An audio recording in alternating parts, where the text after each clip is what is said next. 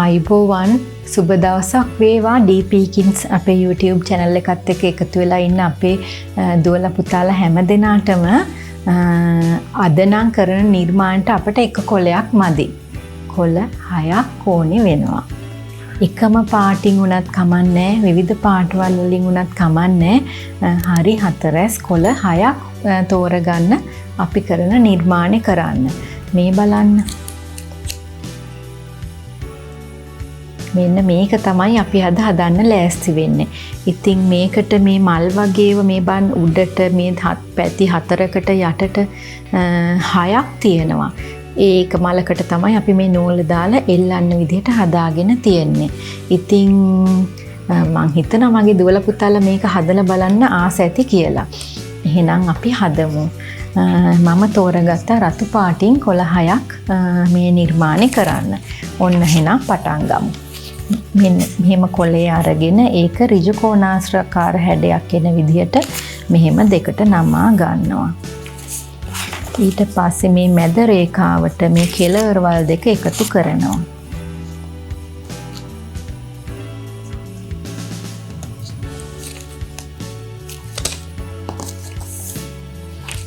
උඩ කොටසත් මෙහෙම මැද රේඛාවට නමනවා.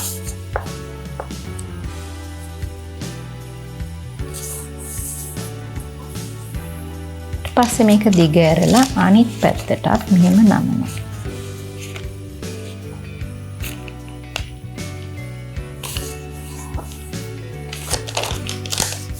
ඒකෙත් මැද රේඛාවට මෙහෙම නමනවා. අනිත් පැත්ත හරවලා මේකත් මැද රේඛාවට නමනවා.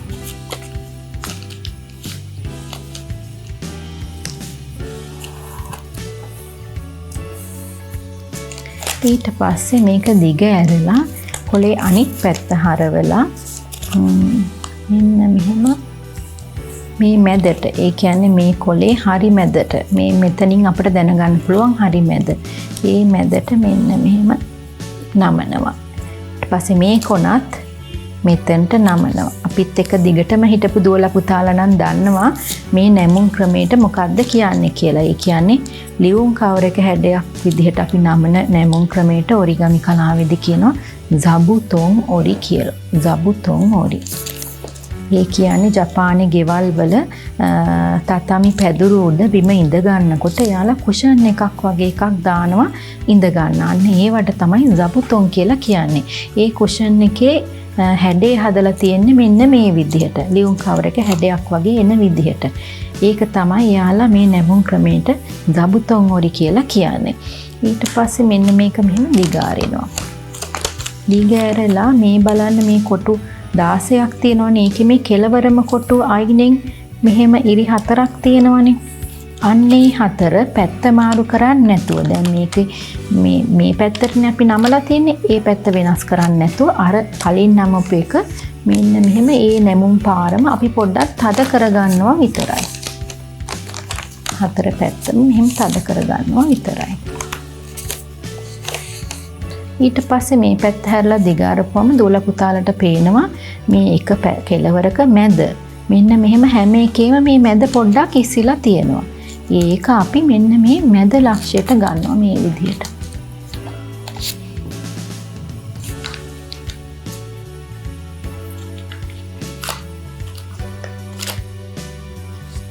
එතකොට මේ ලොකු සමචතුරස්‍රයේ මේ බලන්න මල් පෙති 4ක් වගේ පොඩි සමචතුරස්‍ර 4ක් හැදෙනවා.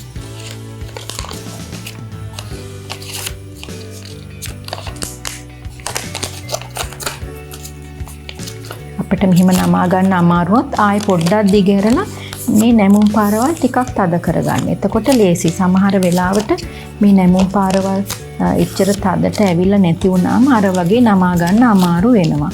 එතකොට මේ බලන්න ලේසියෙන්ම හැදෙනවා. හැදෙන්නේ නැත්නම් අපි තව චුට්ටක් මෙහෙම හදලා ගමු. මෙන්න හරි. ඔරිගමි කලාවේදී පැතලි මල්, ඒ කියන්නේ ෆ්ලැට් මලක් හදා ගන්නකොට අපිට හැම වෙලාවෙම මේ ක්‍රමය ඕනේ වෙනවා මලක් හදනකොට. ඇත්තටම මේ මලෙත් මේ ලැන්ටර්න් එකක් කියලා මං කියන්නම්. ඇත්තටම මේකට කියන්නේ කුසුදම කියලා. ඔරිගමි කලාවේ විශේෂ දෙයක් තමයි මේ කුසුදම හදන එක. ඒ කියන්නේ මල් බෝලයක්. මල් බෝල හදන ලේසිම ක්‍රමය මේක. තව තියෙනවා පොඩි පොඩි මල් ගොඩක් හදලා එකතු කරලා හදන ක්‍රම. ඒවා අපි ඉදිරියට ඉගෙන ගමු. මේ කුසුදම එකක්. අපිට මේක ලැන්ටර්න් එකක් විදිහට උනත් ලස්සනට සරස ගන්න පුළුවන් එල්ලලා. එතකොට ඒක මලක් වගේනේ පේන්නේ. ඒ මලේ පෙති කොටස තමයි දැන් අපි හදාගන්න යන්නේ. අපි මේ එක කොටුවක් තෝර ගන්නවා. එක කොටුවක් තෝරගෙන ඒක මෙහෙම තද කරලා මැද රේඛාව අරගෙන මෙන්න මේ එක කොටුවේ මේ කෙළවර මෙහෙම මැදට නමනවා. අනිත් කෙළවරත් මෙහෙම මැදට නමනවා. ඊට පස්සේ මේ මෙතන මේ නැමුම් පාරෙන් එළියට එන කොටස මෙහෙම අනිත් පැත්තට තද කර ගන්නවා. මෙහෙම තද කර ගන්නවා. අපි මේ විදිහට මේ හතර පැත්තම නමා ගමු. මෙහෙම මැද ලකුණු කර ගන්නවා. මේ කෙළවර මැදට ගන්නවා.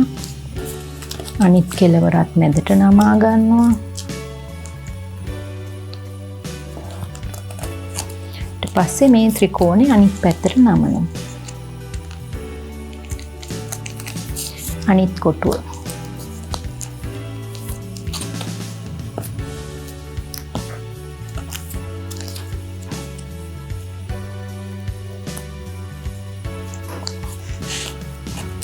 පස්සේ මේ ත්‍රිකෝණේ පිටිපස්සට නමා ගන්නවා. අන්තිම කොටුව මෙහෙම දෙකට නැමුවා. මෙහෙම නැමුවා. මෙහෙම නැමුවා. මේ පැත්තට නැමුවා. ඔන්න දැන් අපි මූලික ටික නමාගෙන ඉවරයි. දැන් අපිට තියෙන්නේ මේ මල හදාගෙන ඉවරයි. මලේ පෙති ටික දිගහැර ගන්න තමයි තියෙන්නේ. මෙහෙම කරලා අපි මේක පොඩ්ඩක් මෙහෙම තද කරගෙන එමු. එතකොට ලස්සනට මල හැදෙනවා. හරි. දැන් මෙන්න මේ පොඩි තියෙන ත්‍රිකෝණ වගේ කොටස් ඒව තමයි මේකේ මල් පෙති. එතකොට අපි මෙන්න මේ වගේ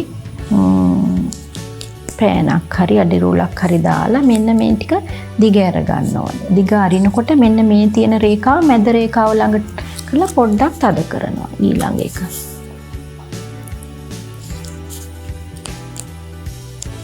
මැද රේඛාවට කරලා තද කරනවා.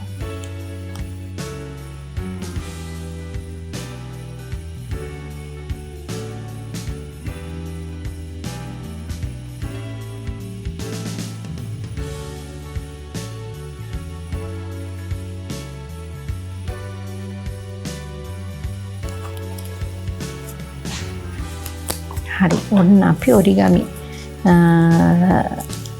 කුසුදම එකේ මලක් හදාගෙන ඉවරයි. ඉතින් අපිට මේක තව ලස්සන කරගන්න ඕන නම් අපිට පබලුවක් හරි මොකක් හරි මෙතනට අලව ගන්න පුළුවන්. නැත්නම් වෙන පාටකින් රවුමක් කපලා හරි මේ විදිහට අලව ගන්න පුළුවන්.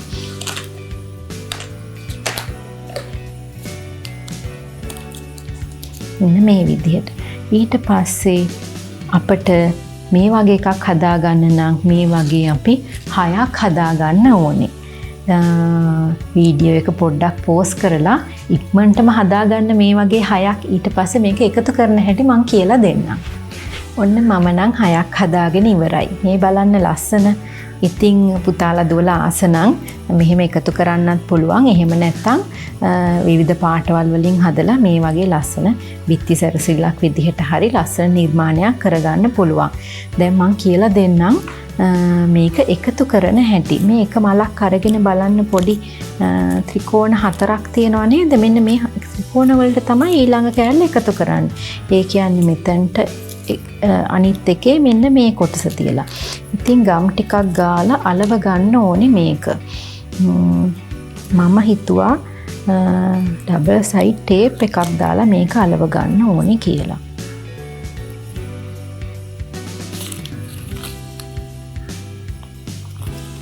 මෙන්න මේ විදිහට.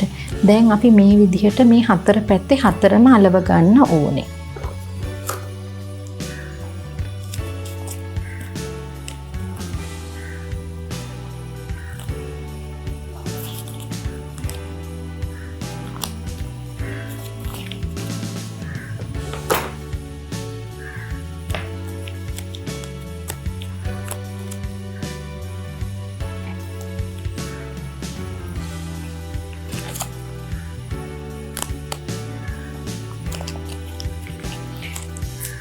මේ බලන්න මේ විදිහට පටියක් විදිහට හදාගත්තත් මේක කොච්චර ලස්සනද කියලා.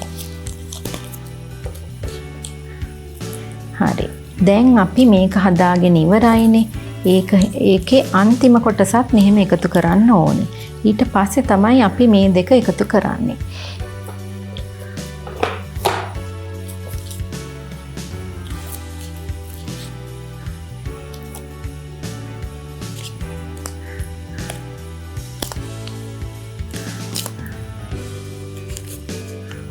හරි.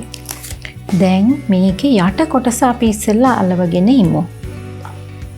ඒකට අපට ඕනේ වෙනවා මේ කෑලි 4ක්.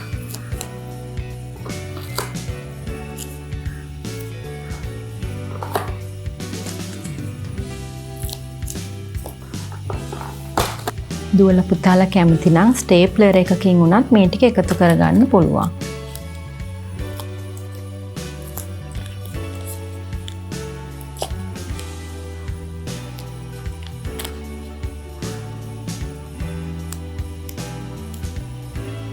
දැන් මේක ඇද වෙන්නේ නැති වෙන්න පරිස්සමෙන් අලව ගමු.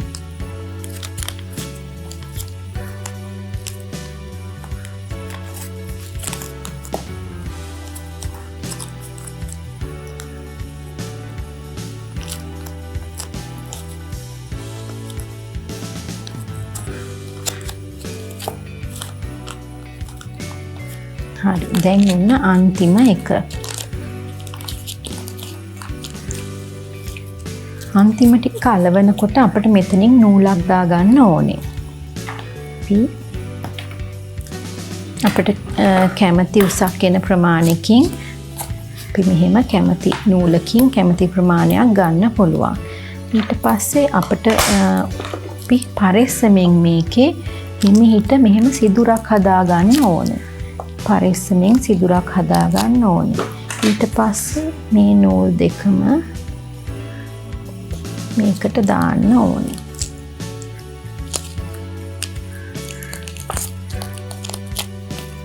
අරගෙන අපි මේ පැත්තෙන් අපි පොඩි ගැටයක් දාගමු මේකට.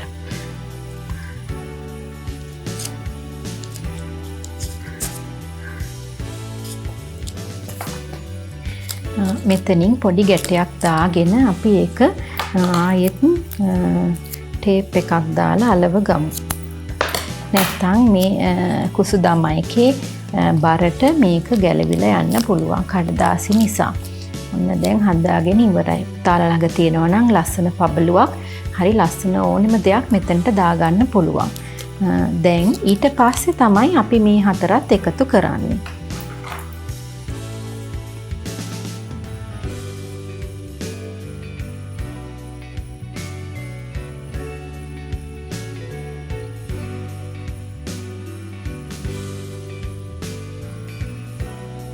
අපි දැන් මේ විදිහට හතර පැත්තම පරිස්සමෙන් අලව ගමු.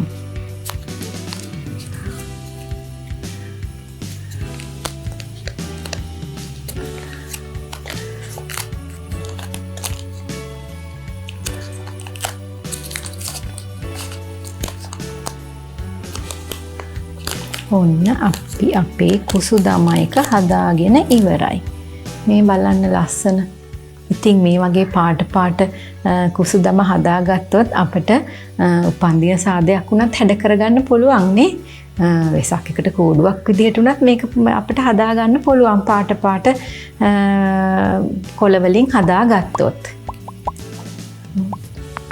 මේ වගේ නිර්මාණ තව ගොඩක් කරමු. අපිව සබ්ස්ක්‍රයිබ් කරන්න, අපිට කමෙන්ට් කරන්න, ලයික් එකකුත් දෙන්න. තව ලස්සන නිර්මාණ ගොඩක් තියෙනවා ඔරිගමි කලාවේ අපිට එකතු වෙලා කරන්න. ගිහිල්ලා එන්නම් ආයිබෝවන්.